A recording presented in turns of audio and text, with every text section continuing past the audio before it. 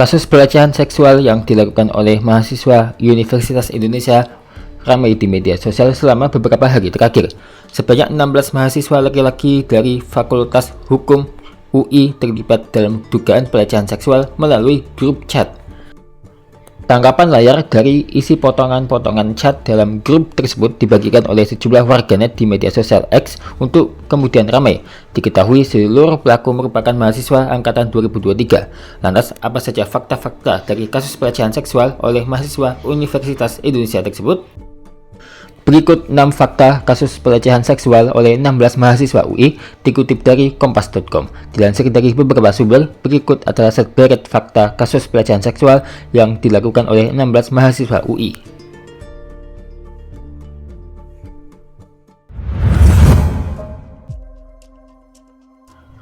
Ketua Badan Eksekutif Mahasiswa FHUI Anandaku Dimas Rumi Castaristo mengatakan kasus tersebut terungkap ketika para pelaku pelecehan seksual meminta maaf di grup angkatan. Kejadian tersebut awalnya terungkap saat 16 orang mahasiswa tiba-tiba meminta maaf di grup percakapan angkatan. Untuk permohonan maaf itu disampaikan oleh 16 pelaku, dan untuk statusnya mereka semua mengakui perbuatan mereka, ujar Dimas dikutip dari kompas.com Senin 14 April 2026. Pada awalnya, ke-16 mahasiswa tersebut menyampaikan permohonan maaf secara terbuka melalui grup angkatan tanpa adanya konteks yang jelas. Permintaan maaf tersebut disampaikan terduga pelaku pada Sabtu 11 April 2026 menjelang Minggu 12 April dini hari.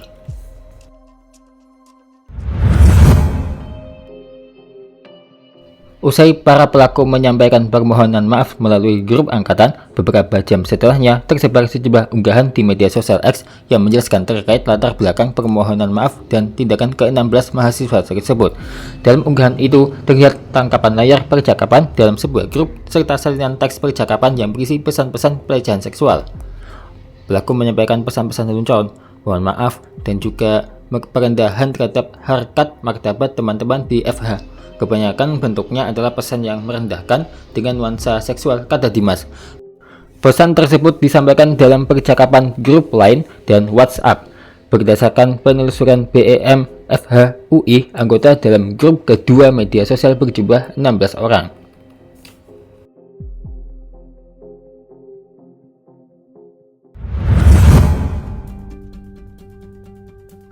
Badan Perwakilan Mahasiswa Fakultas Hukum UI menjatuhkan sanksi organisasi berupa pencabutan status keanggotaan aktif terhadap sejumlah mahasiswa.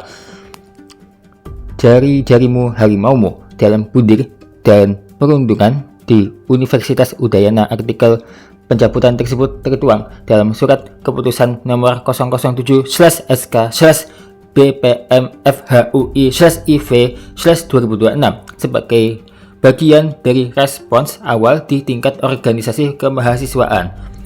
Sejauh ini, para pelaku ini sudah diberhentikan dari setiap organisasi maupun kepanitiaan yang mereka ikuti, ujar Dimas. Pemberhentian itu menurut Dimas merupakan langkah yang dilakukan oleh lingkup organisasi mahasiswa.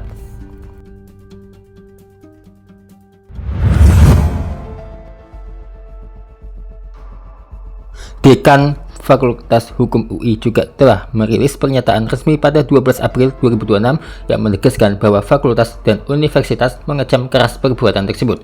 Fakultas mengecam keras segala bentuk perilaku yang merendahkan martabat manusia serta bertentangan dengan nilai hukum dan etika akademik. Bunyi pernyataan Fakultas Hukum UI yang diunggah di Instagramnya. Penanganan kasus ini dilakukan oleh Satuan Tugas Pencegahan dan Penanganan Kekerasan Seksual atau Satgas PPKS UI dengan pendekatan berperspektif korban.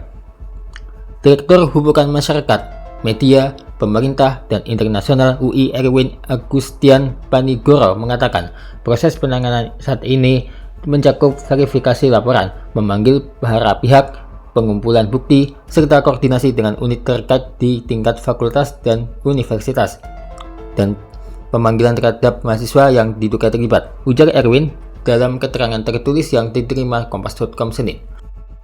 Apabila dalam proses investigasi terbukti terjadi pelanggaran, universitas akan menjatuhkan sanksi sesuai ketentuan yang berlaku, termasuk sanksi akademik hingga pemberhentian sebagai mahasiswa, serta tidak menutup kemungkinan koordinasi lebih lanjut dengan aparat penegak hukum jika ditemukan unsur pidana, jelas Erwin.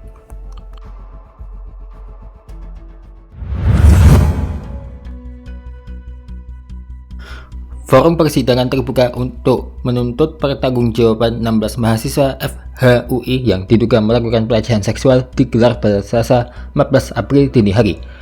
Sidang terbuka digelar atas kerjasama BEM FHUI dengan Dekanat FHUI. Dilansir dari unggahan video akun Instagram @depok24jam, tampak para pelaku disoraki oleh mahasiswa dan mahasiswi hadirin sidang. Saat pelaku masuk ke ruangan sidang terbuka, sorakan dan teriakan hadirin sidang terdengar riuh memenuhi ruangan. Sementara itu, para pelaku tertunduk sambil sesekali melihat ke arah penonton sidang. Terlihat pula beberapa mahasiswi yang menghampiri pelaku di depan ruang sidang dan menyampaikan sesuatu. Sementara yang lainnya ditahan oleh orang tua para pelaku. Namun setelah bernegosiasi, akhirnya orang tua pun setuju dan tetap tidak ada kekerasan fisik yang terjadi, kata Dimas. Tensi massa yang tinggi karena kondisi para korban yang sangat terdampak dari peristiwa dugaan pelecehan seksual dan menyimpan keresahan yang mendalam. Sebagian orang tua memang mengantar anak mereka untuk hadir di lokasi. Setelah bernegosiasi, akhirnya orang tua setuju melepas 14 mahasiswa lainnya.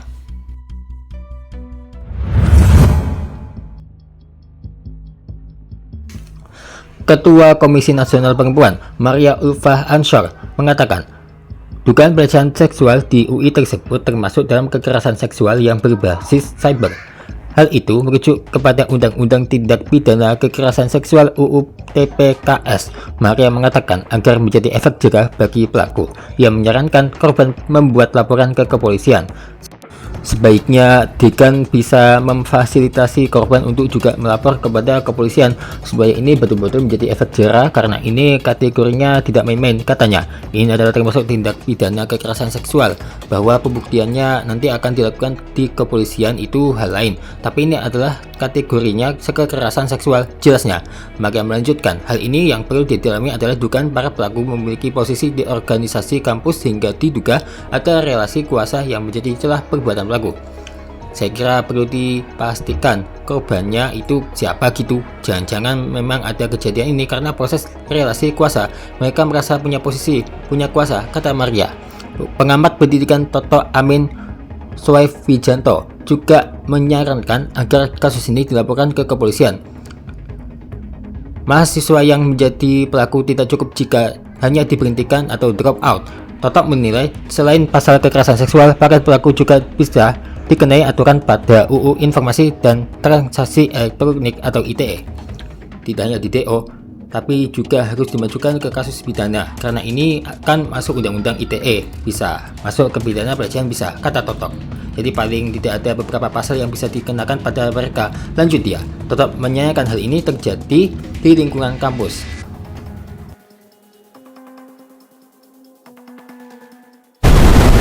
Bismillah, yakin, karena beliau sudah contohkan. Tapi jangan cium.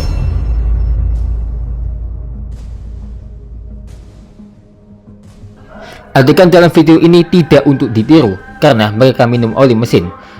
Viral, aksi nyeleneh pria pakai baju muslim minum oli mesin di Makassar, MUI, Sulsel itu haram, dikutip dari suara.com. Jagat media sosial baru-baru ini dihebohkan dengan video sekelompok pemuda dan orang tua di kota Makassar yang melakukan aksi berbahaya, yaitu meminum oli mesin. Mengenakan pakaian muslim, mereka teringat membagikan botol oli yang baru dibuka untuk diminum secara bergiliran dengan dalih meningkatkan stamina pria. Menanggapi fenomena tersebut, Majelis Ulama Indonesia Provinsi Sulawesi Selatan angkat bicara dengan tegas. Sekretaris MUI Sulsel Prof. Muammar Bakri menekankan bahwa tindakan tersebut melanggar hukum agama karena membahayakan tubuh. Karena oli itu bukan minuman manusia dan dipastikan ada pengaruh dalam kesehatan, itu hukumnya haram. Artinya minum oli itu haram karena bukan minuman, tegas Muammar Bakri kepada wartawan di Makassar Selasa 7 April. Prof. Mamar menjelaskan bahwa oli adalah pelumas mesin kendaraan, bukan untuk dikonsumsi manusia. Meski dampak buruknya mungkin tidak terasa seketika, kandungan kimia dalam oli dapat merusak organ tubuh dalam jangka panjang. Ia menyayangkan alasan para pelaku yang mempromosikan aksi tersebut sebagai penambah stamina. Menurutnya, konten seperti ini sangat menyesatkan jika ditiru oleh masyarakat luas. Karena viral, jangan sampai ini menjadi pembelajaran yang jelek bahwa minum oli itu boleh, apalagi kalau misalnya dianggap bisa meningkatkan stamina, dan kalau itu ditonton kemudian diikuti oleh orang, itu berbahaya, tuturnya menekankan. Tak hanya soal kesehatan, MUI Sulsel juga menyoroti penggunaan atribut pakaian muslim dalam video tersebut. Aksi tersebut dinilai kontradiktif dengan nilai-nilai Islam yang mengajarkan umatnya untuk menjaga kesehatan dan menghindari kemudaratan. Jika berbahaya bagi yang memberikan contoh, berbahaya juga yang memviralkan. Saya selaku pengurus MUI Sulsel menyampaikan bahwa ini tidak layak untuk dijadikan contoh. Karena itu sebaiknya yang memberikan contoh dalam video itu segera mengklarifikasi, ujar pria yang juga menjabat sebagai rektor Universitas Islam Makassar Al-Ghazali ini. Lebih lanjut, ia mengecam penggunaan simbol agama dalam konten yang tidak beretika tersebut. Ia khawatir masyarakat awam menganggap tindakan itu memiliki legitimasi secara agama karena penampilan pelakunya. Sebelumnya, video tersebut menjadi perbincangan hangat karena lokasi pengambilan gambar diduga dilakukan di lingkungan masjid dan pinggir jalan. Para pelaku dengan percaya diri menyebutkan bahwa oli baru bisa menjadi suplemen penambah tenaga. Beragam reaksi netizen pun membanjiri kolom komentar. Sebagian besar mengecam aksi tersebut sebagai tindakan konyol yang membahayakan nyawa, namun tak sedikit pula yang terhasut oleh narasi sesat mengenai manfaat oli bagi stamina pria. MUI Sulsel pun mengimbau masyarakat untuk lebih bijak dalam menyaring konten di media sosial. Hatu papa, mau nambah stamina ya nggak minum oli juga kali, minum minuman berenergi gitulah atau apa gitu biar stamina-nya tambah, tapi bukan cara minum oli ya. Aduh, ingat ya, kelakuan yang kayak gini jangan ditiru ya.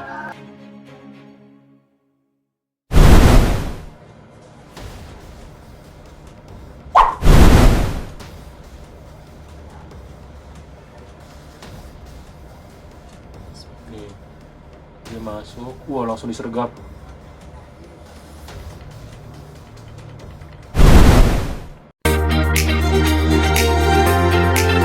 Terima kasih ya telah menonton. Saksikan terus Showki Official setiap harinya ya.